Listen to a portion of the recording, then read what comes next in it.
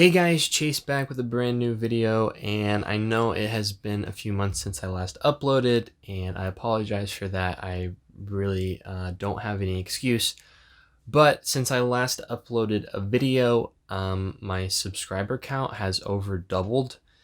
At the time of recording this video, I have 115 subscribers, so I just want to say thank you so much for the support, the likes, the comments, and the discussions that I've been having with you guys have been awesome.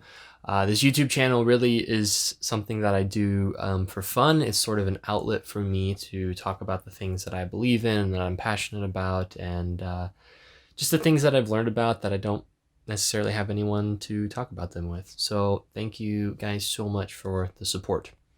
And today I want to talk about how neuroscience is really wrecking the case for religion. It's making the case for religion a lot harder, in my opinion.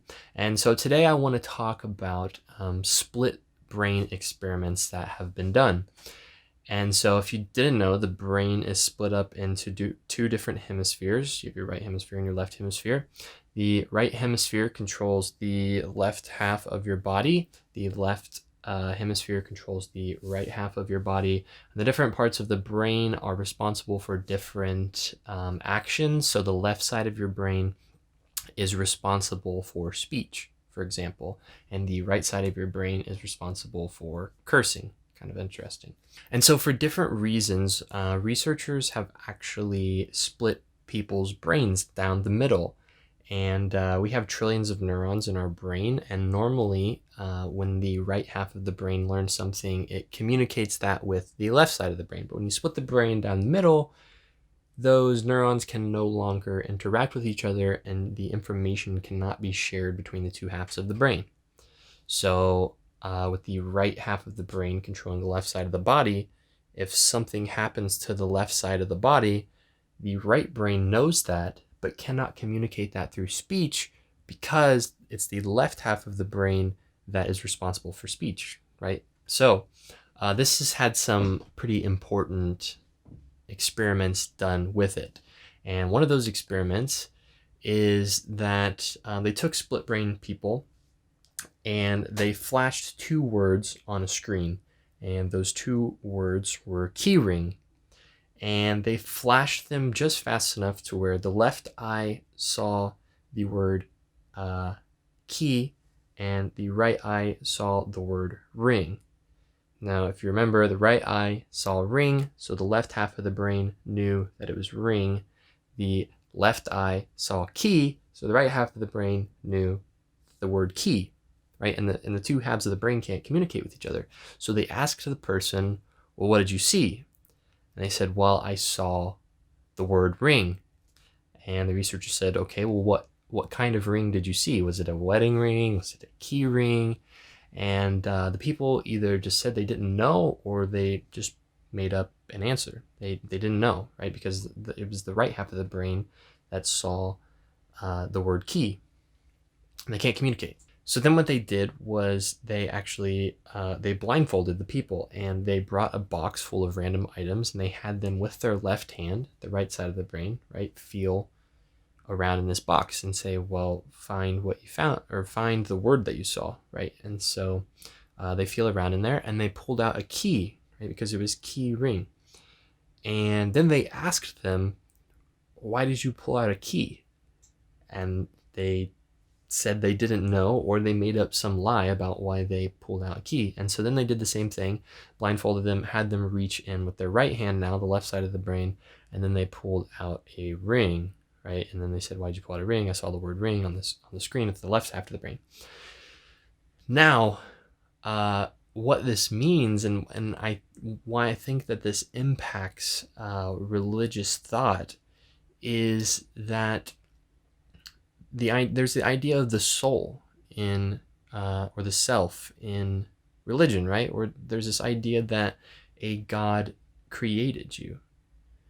And I think this split brain experiment really shows that we are a makeup of neurons, and that's really messy, and that's something that happened through evolution and not something. If a God created you, if you had a soul, the whole idea of a soul is that you are a holistic self, right? Like there is you and God loves you. But then with this split brain experiments, it almost shows that there's at least two different people inside of your body. And this is even more exemplified with further experiments in this split brain experiments. And what they did was they started asking people questions about their beliefs. And they asked, what kind of occupation do you want to have? What job do you want to work in for the rest of your life?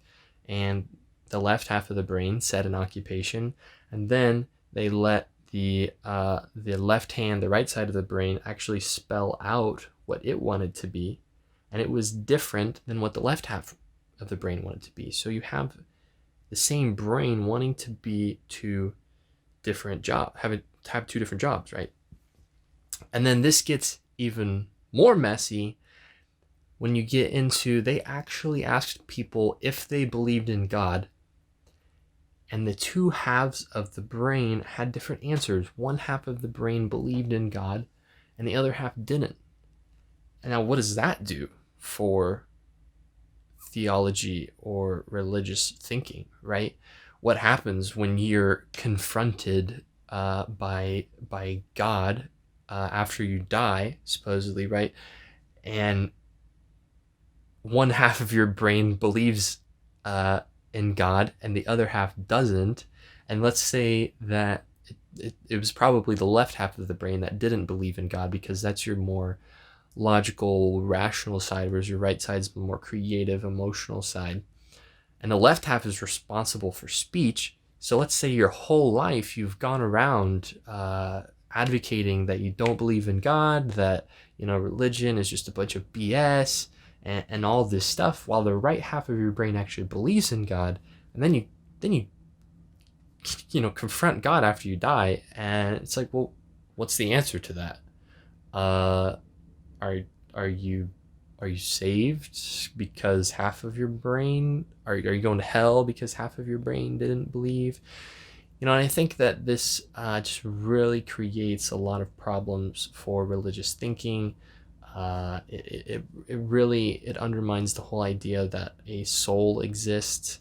I would say that it really undermines this idea that you were perfectly created by some type of being, right? And I would say that this creates tremendous problems when it comes to belief and faith and who's saved. And I just think that this experiment has a greater impact on religion than what people realize.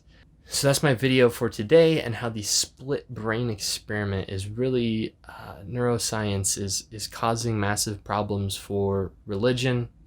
Let me know what you guys think in the comments down below. Thank you guys for watching. I will see you in the next one. Bye-bye.